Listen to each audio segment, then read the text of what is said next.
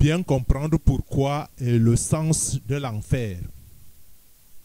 Frères et sœurs, nous allons traiter aujourd'hui un terme très difficile et qui soulève beaucoup de polémiques. Et je pense qu'à la fin de cet exposé, vous serez peut-être pas convaincu, mais vous verrez un peu plus clair dans la synologie que nous allons vous apporter. La Bible dit que Dieu et le ciel sont saints. Et ça veut dire tout simplement que au ciel, tout est parfait. Et il est capital de comprendre que Dieu ne peut pas laisser des choses imparfaites entrer au ciel. Sinon, ce serait au ciel le même chaos que sur la terre, la même souffrance. Et ce ne serait plus un paradis. Les Écritures disent clairement aussi que l'homme n'est pas seulement le corps physique. L'homme est une âme, c'est-à-dire que l'homme a un corps et une âme. Et quand un homme meurt, son corps physique est enterré, tu es poussière et tu retourneras poussière. Mais l'âme cependant vit, et cette âme c'est le vrai moi, un peu comme un conducteur de véhicule et sa voiture. Le corps est la voiture, le véhicule. L'homme qui est assis dedans, c'est l'esprit, c'est l'âme. Le corps, dans un accident de circulation, le véhicule est totalement détruit et l'homme sort indemne. C'est ainsi qu'il faut comparer l'homme. C'est la constitution de l'homme. Le corps physique, c'est la voiture, c'est le véhicule de l'homme. Et l'homme lui-même, c'est l'âme qui vit dedans, c'est le conducteur. Donc, quand l'homme meurt, quand le véhicule meurt, le conducteur se libère, l'âme se libère et cette âme-là continue de vivre. C'est le vrai moi qui vit donc pour toujours et prend donc une destination. Sa destination finale sera soit le ciel, soit l'enfer. Et cette destination est en fonction de comment nous avons mené notre existence sur terre. Malheureusement, nous avons un problème, nous tous, sans exception, parce que la Bible dit que si nous enfreignons une loi de Dieu, par exemple, si nous mentons une fois, si nous trichons une fois, si nous détestons même une seule fois suffit. Et si nous sommes honnêtes, chacun de nous a soit menti, soit triché, soit a détesté.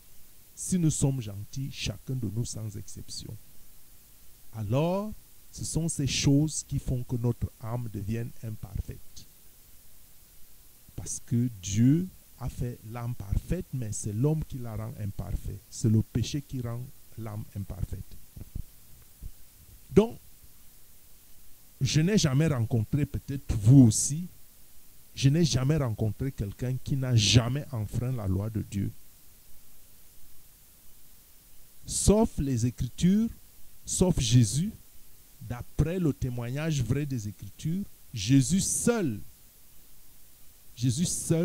est l'homme qui n'avait aucune faute, qui n'avait pas enfreint les lois de Dieu. Et c'est pour ça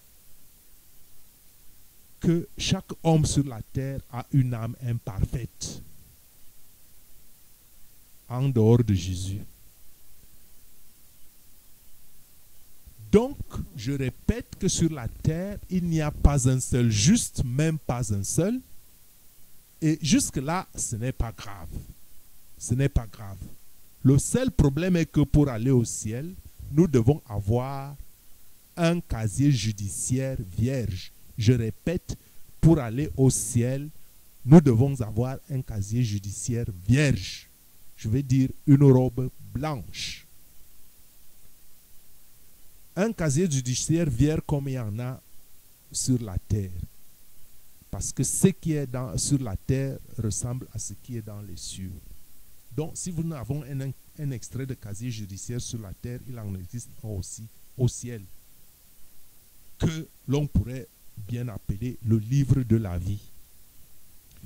Et cela veut dire que nous devons aller tous en enfer, parce que nous avons menti, nous avons, je ne sais pas moi,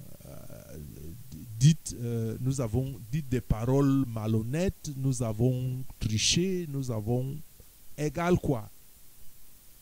Nos âmes sont toutes imparfaites et nous devons aller tous en enfer. Mais cela semble très dur de s'imaginer que un Dieu d'amour, comment peut-il créer un lieu comme l'enfer? Comment peut-il envoyer des gens en enfer?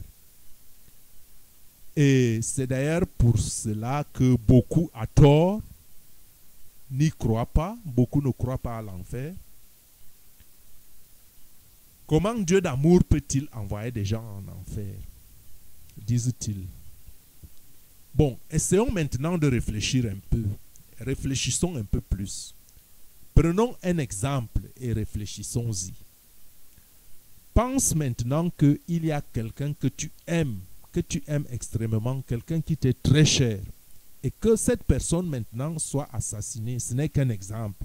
Cette personne est assassinée, tout comme il y a des millions d'assassinats dans notre monde, des millions de meurtres volontaires et même prémédités.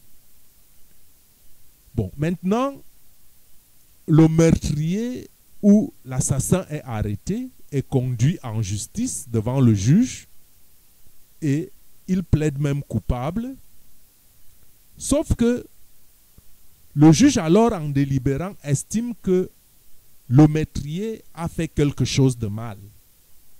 Le meurtrier a fait quelque chose de mal. Il a fait quelque chose qu'il ne devrait pas faire. Mais lui, le juge, maintenant, il décide, prétend-il être plein d'amour. Le juge dit, tu as fait du mal, mais je suis plein d'amour, je décide de te relâcher. Alors le juge relâche le meurtrier. Dites-moi, vous êtes là, assis aux banques, c'est votre personne chère, je ne sais pas qui, votre papa, votre maman, votre frère, quelqu'un qui était tout pour vous dans cette vie. Vous réjouisseriez-vous que le juge dise, moi je suis compatissant, je suis un juge plein d'amour, je laisse un meurtrier libre? Non, vous ne vous en réjouirez pas. Vous serez plutôt en colère. Je pense même que vous serez horrifié si maintenant on part du fait que les meurtriers marcheraient donc libres dans les rues après avoir commis un meurtre, parce qu'on les relâcherait en disant que, bon, à cause de l'amour, on les relâche. Pourquoi? Parce que la loi prévoit qu'un meurtrier doit être puni par son acte. Et si la loi le prédit, ce n'est pas parce que les hommes sont méchants, c'est parce que c'est une question de justice. Il faut rendre justice à ceux qu'on a porté préjudice. Ce n'est donc pas une question d'amour, mais c'est une question de justice. Parce que les fauteurs de troubles doivent être punis. Sans ces prédispositions, le monde serait continuellement et éternellement un chaos invivable. Le monde serait invivable puisque chacun ferait ce qu'il veut et puis par amour, comme nous avons l'amour les uns les autres, il faut qu'on en passe dessus, il faut toujours pardonner. Bon, c'est vrai, je ne dis pas qu'il ne faut pas pardonner, mais il faut quand même qu'il y ait une certaine justice. Donc, si à partir de là, vous êtes d'accord avec moi, vous voyez pourquoi les injustes ne peuvent pas rentrer au ciel. Rien qu'à cause de cela, à cause de la justice. Bon, maintenant, transportons vraiment cette illustration à notre sujet et essayons d'expliquer pourquoi il devrait y avoir un enfer. Vous voyez que Dieu a créé l'homme doué d'un libre arbitre et que sur la terre, les gens font ce qu'ils font. Ils font ce qu'ils veulent. Il n'y a pas de policier, il n'y a pas quelqu'un derrière les hommes qui dit « tu ne dois pas faire ceci ». Même s'il y a les lois qui sont érigées, les gens sont quand même libres, quitte à ce que la loi le juge par après. Donc Dieu a créé l'homme doué d'un libre arbitre et lui a donné même une conscience du bien et du mal. La preuve est que les gens font ce qu'ils vont, ils peuvent faire des crimes, ils peuvent faire des abominations. Et quand les gens font ces choses, des fois, vous vous demandez, mais où est Dieu? Où est Dieu? Vous vous posez la question, où est Dieu? Ou alors, il y en a même certains qui sont arrivés à la conclusion qu'il n'y a point de Dieu à cause de ces injustices et à cause de ces abominations qui sont dues au simple fait du libre arbitre de l'homme. Bon, mais à partir de là, les actes que posent les hommes, ce n'est pas Dieu qui pose ces actes, même s'il est le Créateur suprême. Quand on vous donne la liberté, si on vient vous dire, vous devez faire ceci, vous ne devez pas faire cela, faites ceci ou faites cela, bon, c'est que vous n'êtes plus libre. Donc, vous voyez que chacun est libre, et c'est aussi bien comme ça, et que chacun doit aussi être jugé en fonction de son mode de vie, en fonction de ses prétentions, en fonction de ses orientations. Raison donc pour laquelle chacun doit faire certes ce qu'il veut et ce qu'il entend, mais cependant la justice de Dieu doit rassembler ceux qui se rebellent à sa loi dans un lieu de justice. Puisque Dieu vous laisse la conscience libre et ne joue pas le juge ou bien le policier derrière vous, ils doivent vous rassembler à un moment donné, à une époque donnée, au temps donné, dans un lieu de justice, où il rendrait justice à tous ces malfrats et tous ces mauvais actes et tout ce qui a été posé. Je peux donc appeler ce lieu de justice, ou je dirais lieu de tourment, l'enfer. Et je dis, je répète, c'est une question de justice et non une question d'amour. Si les méchants ne sont pas punis, alors il n'y a pas de justice. Et comme Dieu est juste et qu'il a une justice juste, ce n'est même pas la justice injuste des hommes. Il faut donc bien que quand Dieu reste silencieux devant tous les troubles que causent les hommes, il faut bien s'attendre qu'il y ait une solution, qu'il a une solution à tous ces problèmes. Bon, examinons maintenant 3 questions pour mieux comprendre ce lieu qu'on appelle l'enfer. Et je commence par te poser la question de savoir si tu as jamais menti dans ta vie. Si tu es honnête, tu me diras oui. Même si c'est un petit mensonge, cela ne fait rien, c'est tout de même un mensonge et tu es coupable de mensonge. Parce qu'il est écrit dans la Bible que tu ne mentiras point. Il est écrit dans la Bible qu'au jour du jugement, les hommes rendront compte de toute parole vaine qu'ils auront prononcée. Car par tes paroles, tu seras justifié et par tes paroles, tu seras condamné. Et ça, vous pouvez le lire vous-même en Matthieu au chapitre 12, verset 36 au verset 37. Et si tu me permets de te poser une autre question, celle de savoir si jamais tu as déjà pris quelque chose qui ne t'appartient pas. Par exemple, es-tu déjà arrivé tard au travail ou es-tu parti tôt du travail et tu t'es fait payer? As-tu pris pour toi, pour la maison, un stylo qui ne t'appartient pas? As-tu utilisé le téléphone ou la photocopieuse du patron sans lui demander la permission? Ce sont certes vrai des petites choses, me diriez-vous, mais c'est quand même une usurpation parce que cela ne t'appartient pas, car il est écrit, ne devez rien à personne. Vous ne devez pas prendre ce qui ne vous appartient pas, vous ne devez pas voler. Et dans le monde, combien de personnes ont des choses qui ne leur appartiennent pas, qu'ils ont dérobées?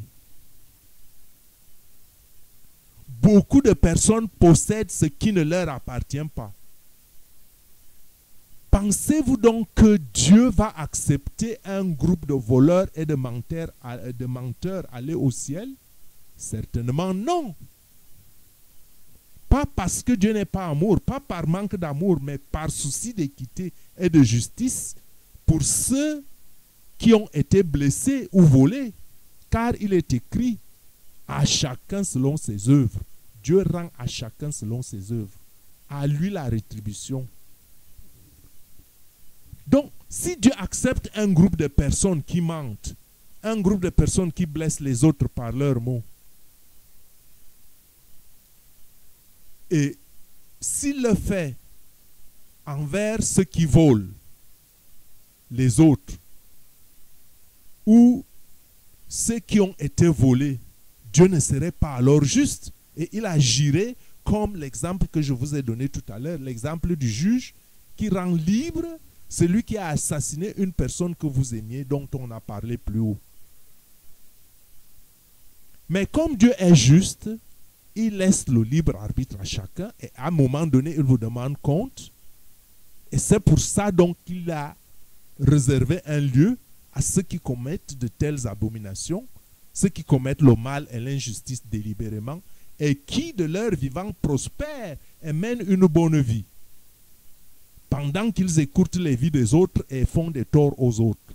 Ils mènent quand même une bonne vie. Cela ne va plus vous étonner, n'est-ce pas, que tous ceux qui mènent une bonne vie ne sont pas forcément ce que vous pensez. Je n'accuse personne. Donc l'enfer est la justice de Dieu dans son amour. Je répète, l'enfer est la justice de Dieu dans son amour, dans son équité. Bon, bien évidemment, cela va vous faire peur maintenant, parce que vous allez me dire, attention, moi je suis quelqu'un de bien, et il y a une grande différence entre mentir, voler et tuer. Oui, bien sûr, il y a une grande différence entre mentir, voler et tuer une personne, mais vous êtes sans oublier qu'au ciel, il y a un ordre parfait, même dans les petites choses. Donc, mentir, quand Dieu pose la règle qu'il ne faut pas mentir, il ne faut pas violer cette loi. Cela rend tout aussi votre âme imparfaite que celui qui commet d'autres abominations. Et c'est d'ailleurs Dieu qui donc définit les règles, ce qui est intéressant, parce que vous n'allez pas, quand Dieu définit les règles, vous n'allez pas commencer à discuter que pourquoi est-ce que telle chose est un péché et telle autre ne l'est pas. C'est Dieu qui définit tel qu'il veut avoir l'autre, parce que c'est le Créateur. Et si on en vient même au meurtre, c'est Jésus qui définit ce que c'est qu'un meurtre. Et c'est lui qui est, comme il a aussi défini les règles dans son royaume. Et il est écrit, à sujet du meurtre, que celui qui est un homme l'a déjà tué dans son cœur.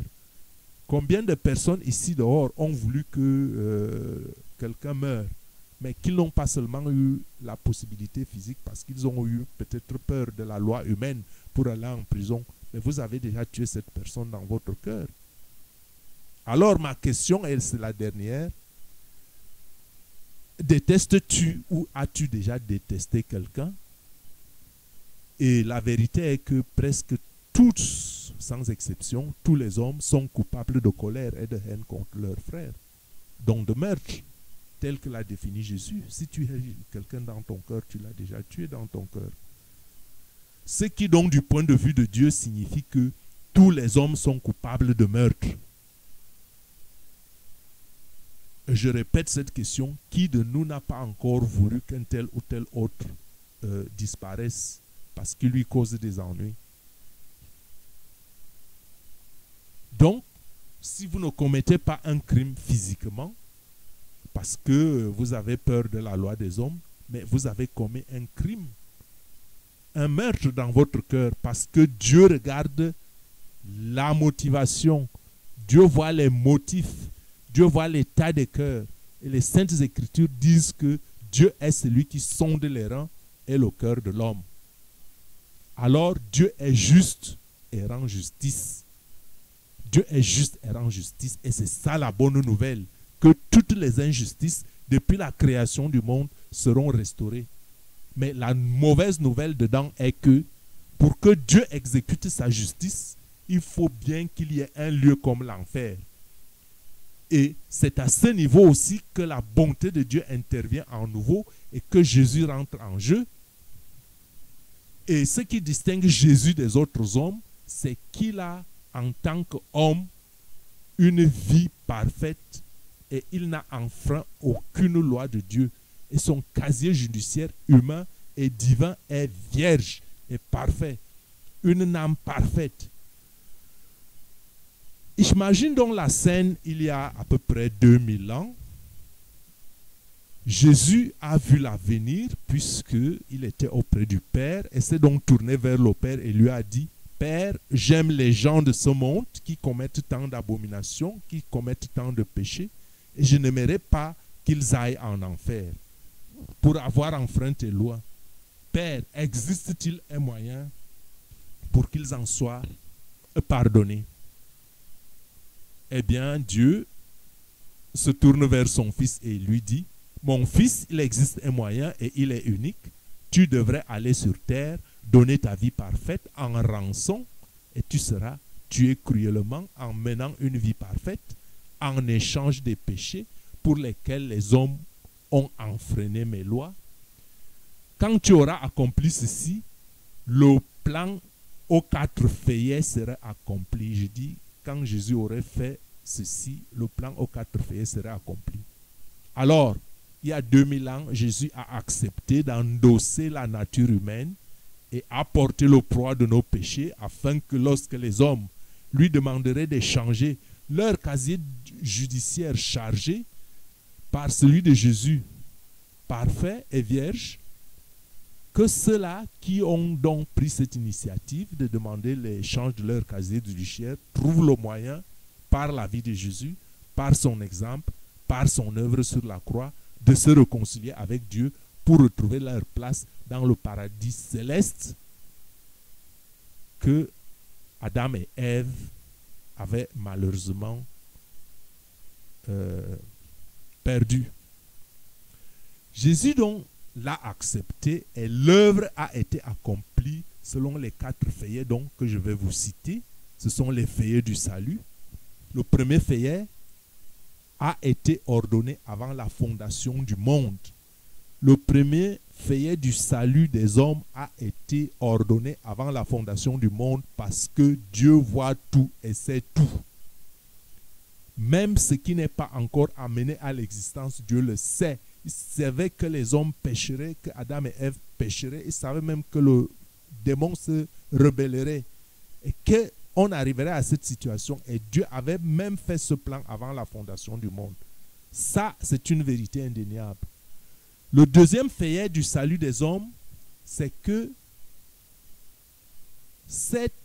le salut a été accompli déjà à la naissance même de Jésus. Parce que les prophètes d'antan l'ont prédit qu'un fils naîtra d'une vierge et l'on l'appellera l'Immanuel. Donc Jésus a un extrait de casier judiciaire parfait, vierge, parce qu'il est né de Dieu et il est né d'une vierge. Et c'est pourquoi on l'a appelé Emmanuel, Dieu avec nous. C'est l'admiral, c'est notre Seigneur, c'est notre Sauveur, c'est notre Rédempteur. Le troisième feuillet du salut des hommes s'est donc terminé à sa mort sur la croix.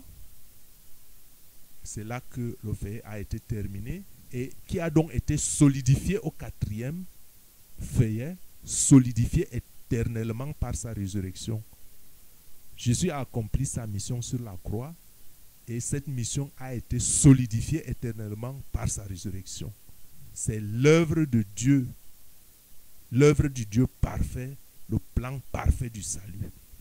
Donc Jésus a accompli ce plan il y a 2000 ans et il n'y a pas de plus grand amour que de donner sa vie pour ce que l'on aime. Surtout donner sa vie, une vie parfaite pour des vies imparfaites.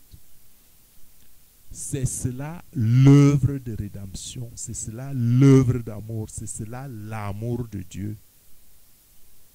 Une vie parfaite contre une vie imparfaite comme rédemption pour la réparation des péchés.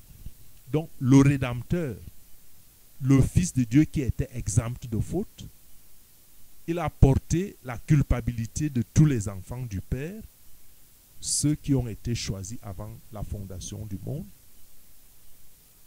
Donc le Jésus juste meurt pour l'injuste. L'innocent Jésus meurt pour le coupable. Le Fils de l'homme meurt pour le Fils des hommes. Vous voyez, c'est ça même la rédemption. Et Jésus ne mérite-t-il pas pour cela tout le mérite et toute l'adoration digne d'un Seigneur, le vrai, le véritable, l'unique? Cependant, notre propre participation à ce plan de salut, notre propre participation est requise. Et il y a 3 éléments dans la vie de chacun. Le premier et le deuxième élément, c'est, je dirais le premier et le troisième élément, c'est la naissance et la mort. Et là, personne n'a aucune influence. Quand un homme naît, ce n'est qu'une influence, c'est la volonté de Dieu. Et quand un homme meurt, on n'a pas aussi d'influence. Personne n'a aucune influence sur sa propre naissance ou sur sa propre mort. Mais cependant, nous pouvons influencer nous-mêmes le deuxième élément. Et ce deuxième élément, nous pouvons travailler de manière active. Œuvrer pour la nouvelle naissance. Parce que, comme Jésus disait à Nicodème que nul ne peut aller au ciel s'il ne naît de nouveau. Il ne s'agit pas d'une naissance de renaître dans le ventre de sa mère, mais il s'agit d'œuvrer activement afin qu'on se résolve à demander à Jésus de nous pardonner et de changer notre casier judiciaire chargé avec le sien vierge et parfait. Et la bonne nouvelle est que quand on le demande, quand on demande à Jésus de changer notre casier judiciaire imparfait avec son casier judiciaire parfait, il le fait. Il le fait quand nous le lui demandons sincèrement avec une entière confiance dans la foi de la prière et même dans la prière de foi. Et le comble, c'est que personne d'autre ne peut alors changer cette façon, ce casier judiciaire. Quand Jésus pardonne le péché, c'est que le péché est pardonné. C'est qu'on devient, on a un casier judiciaire, on a un casier judiciaire vierge. Et cela est même irréversible. Même quand on se tient ferme, cela est possible, cela est irréversible. Quand on se tient ferme en rejetant la vieille personnalité, en s'abandonner à soi-même. Et au sujet de s'abandonner, le Seigneur dit ceci: ici est la sagesse. Pour pouvoir quitter ce monde, chacun doit d'abord s'en séparer dans l'esprit. Vous voyez pourquoi certaines personnes avant de mourir suffoquent, c'est parce qu'ils sont trop attachés aux choses du monde. Donc au moment de partir du monde, ils n'arrivent pas à lâcher prise. C'est pour ça que vous voyez que certaines personnes meurent très difficilement. Et Jésus nous enseigne qu'il faut s'abandonner. Il faut que chacun puisse en quitter ce monde, se préparer à se séparer du monde de l'esprit. En abandonnant de plein gré leur vie dans ce monde, en embrassant pleinement la sienne, et venant à lui, Jésus, librement, sans aucune forme de malice dans leur cœur envers autrui. Alors ceux-là seront pris, dit le Seigneur. Donc, il y a beaucoup d'idées et d'avis différents sur comment suivre Jésus pour changer notre casier judiciaire chargé avec celui vierge et parfait de Jésus. Il y a beaucoup d'enseignements, il y a beaucoup d'encre de salive, il y a beaucoup de discussions, beaucoup de doctrines. Mais les Saintes Écritures sont claires sur le principe du pardon de Dieu. Nous ne sommes pas pardonnés en étant simplement baptisés ou confirmés, ni même en priant occasionnellement, ou en allant à l'église, ou en croyant en Dieu, ou en essayant tout simplement d'être bon. Ce sont toutes de bonnes choses. mais aucune ne nous accorde d'emblée le pardon. Jésus a dit qu'il y a deux choses que nous devons faire pour être pardonnés. Et la première est de nous détourner de tout ce que nous savons être mal. Deux choses que nous devons faire. La première est de nous détourner de tout ce que nous savons être mal. Vous pouvez appeler cela confession ou repentance. Quand je me détourne de tout ce qui est mal, je fais la confession ou la repentance quand j'ai déjà commis le mal. Donc, je le fais pour demander pardon à Dieu. Vous devez avoir la volonté de le faire. Vous devez avoir la volonté de le faire. Et ici, vous remarquez bien qu'il y a le mot volonté parce qu'il y a des choses pour lesquelles nous ne serions pas capables de renoncer par nos propres forces, comme par exemple une dépendance, des obsessions. Et là n'est pas tellement le problème. Parce que Dieu nous aide. Dieu nous aide à partir du moment que nous avons la volonté de nous détourner de ces choses-là, en demandant pardon. La deuxième chose que nous devons faire est de faire totalement confiance en Jésus.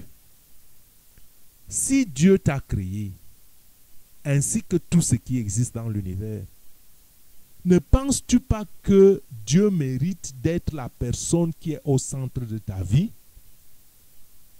Faire totalement confiance, c'est accepter que Jésus est ton sauveur et accepter de le suivre.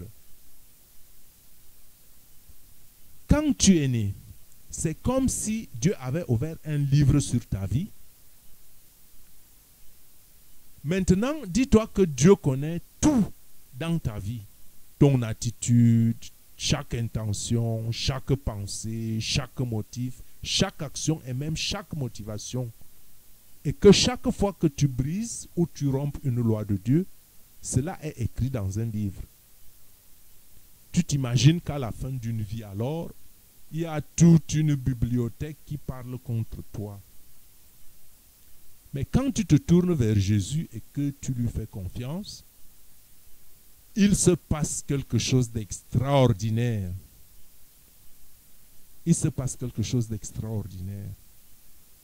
Jésus déchire ton livre de vie et le jette au loin, dans l'oubliette. Il déchire toutes les pages. Appelez cela, Jésus pardonne les péchés, Jésus efface les péchés. Donc, ton casier judiciaire de tout ce que tu as fait de mal est jeté dans l'oubli au loin. Parce que les Écritures disent que Dieu ne se souvient pas des péchés qu'il a remis. Donc, Jésus prend donc maintenant une copie, mieux un extrait de son casier judiciaire vierge et parfait, et en fait le livre de la vie où est écrit ton nom. Jésus efface tous tes péchés.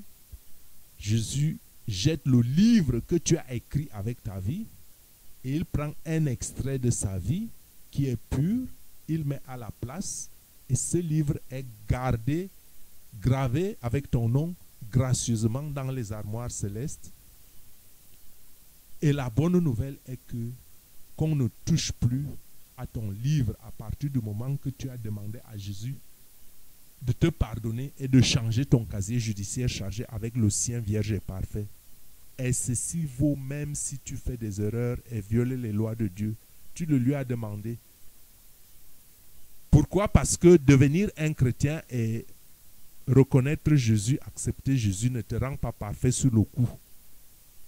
Et quand tu deviens chrétien, tu ne peux pas non plus dire une prière rapide et retourner à ton ancienne manière de vivre. Ça veut dire que quand tu demandes pardon à Jésus, tu t'efforces aussi à ne plus faire les mêmes erreurs. C'est pour ça que quand tu demandes sincèrement pardon à Jésus, Jésus écrit ton nom sur le livre de vie avec un extrait de casier judiciaire vierge et il n'en revient pas dessus. Parce que toi aussi tu fais des efforts, tu t'es disons, tu es né de nouveau et tu as rejeté le vieil homme et tu te mets en marche. Les choses pour lesquelles tu ne peux pas t'en sortir, seul Dieu t'aide. C'est ça l'amour de Dieu. Bon, rappelle-toi donc maintenant que Dieu t'a pardonné pour toujours quand tu lui as demandé de te donner un casier judiciaire vierge. Et tout ce que lui, il te demande en retour, c'est que tu lui soumettes maintenant tout et tu lui demandes de le purifier, tout ce que tu lui soumets, jour après jour, chaque jour. Alors quand tu mourras, tu passeras en jugement devant Dieu et il enverra ses anges chercher ton livre. Il l'ouvrira et dira, cette personne était parfaite. Et tu lui répondras, non, non Seigneur, je ne l'ai jamais été. J'ai enfreint tes lois. N'est-ce pas que je mérite d'aller en enfer? Et Dieu lui te dira, par grande surprise, d'après la justice, tu mérites d'aller en enfer.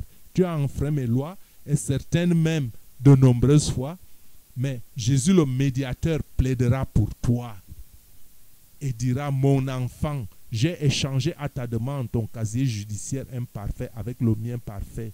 Tu m'as fait confiance et je t'ai pardonné. Bienvenue au ciel. C'est pourquoi Jésus est si merveilleux. C'est la grâce de Dieu. C'est grâce à lui que chacun, quelles que soient les erreurs et les fautes, peut être pardonné. Imagine donc ce qui aurait pu t'arriver si tu ne t'étais pas tourné vers Jésus. En mourant, tu arrives devant Dieu et il te dit, je suis désolé, je ne peux pas te laisser entrer au ciel. Tu ne m'as jamais demandé de te pardonner. Tu es plein de fautes. Je dois t'envoyer en enfer. Il te jettera même en disant, je t'aimais. Il te fera voir le film de ta vie. Il te dirait, je t'aimais tellement que j'ai tenté de différentes manières de t'attirer à moi, d'attirer ton attention, mais tu n'as pas voulu. La première fois, je suis mort sur la croix pour prendre sur toi, pour prendre sur moi ta punition. Mais tu as mené la même vie, tu ne t'es même pas, tu ne t'en es pas occupé. La deuxième fois, quelqu'un t'a expliqué de manière simple, comme je suis en train de le faire, que tu pouvais être pardonné. Tu n'y as point écouté, tu as douté, tu as pris ça à la légère, tu n'as pas écouté les prophètes de Dieu. La troisième fois, il y avait des églises à travers le monde entier. Certaines églises sont bonnes, certaines églises sont moins bonnes. Mais tu aurais pu choisir la bonne église, tu avais le choix. Je t'ai donné le discernement et le libre arbitre. Mais tu as suivi, tu as préféré suivre tes rites et tes traditions, les traditions de tes ancêtres. Une autre fois, je t'ai donné une conscience pour distinguer le bien et le mal. Et tu as toujours ignoré la petite voix intérieure qui te disait ne fais pas ceci, ne fais pas cela. Tu as écouté la voix tonitruante du monde que tu as préférée. Tu as préféré les plaisirs du monde que moi. Et l'autre fois, j'ai même créé un monde beau. Comment as-tu pu ignorer ma présence, la présence de Dieu? Comment n'as pas tu su lire sur tout ce qui existe qu'il y a un Dieu et regarder ces choses comme cela se doit, avec respect, mais tu t'es renfermé sur toi-même de manière égoïste, ne vivant que pour soi, menant une petite vie de profit, une vie égoïste, rien que le moi, le soi et le soi. N'ai-je pas dit que il y a du plaisir à donner qu'à recevoir? Et puis, je suis même ressuscité des morts afin de te prouver que je suis Dieu. Et tout ce que j'ai dit était vrai. Mais ma parole, au travers des Écritures, tu en as douté au profit des inventions et autres doctrines humaines. Alors, frères et sœurs, à ce niveau, je m'arrête. Je vous pose la question. Si tu meurs maintenant, où iras-tu? Au ciel ou à l'enfer? Rappelle-toi avant de répondre que pour aller au ciel, il faut avoir un casier judiciaire vierge, une robe blanche, comme on dit. Robe blanche que tu ne peux avoir sans t'être lavé dans le sang de Jésus-Christ. afin de recevoir ce don gratuit de la vie éternelle. Tu dois te détourner de tout ce qui est mauvais dans ta vie et demander pardon à Jésus. Et ensuite, tu dois faire totalement confiance en Jésus. Confiance totale. À moins de ces deux choses, il est presque impossible qu'il te soit pardonné. Et à ta mort, il te sera impossible d'entrer au ciel. Tu peux faire tout ce que tu veux. Tu peux aller à l'église, tu peux prier, tu peux suivre 1001 enseignements, mais tant que tu ne feras pas ces choses, tu risques d'être en difficulté. Ce n'est pas un jugement que je fais, mais j'éclaire seulement avec une petite synalogie ce qui est dans les Écritures. Ce qui alors serait affreusement triste parce que c'est la raison pour laquelle Jésus est mort pour toi. Jésus n'est pas mort pour nous donner une aisance matérielle sur la terre. Mais Jésus est mort afin que nous gagnions la vie éternelle par sa vie, suivre ses pas. Et Dieu nous aide parce que ce n'est pas une voie facile. Et frères et sœurs, à toi de me dire ce que tu en penses. Écris ton commentaire et discute avec les autres. Que Dieu te bénisse.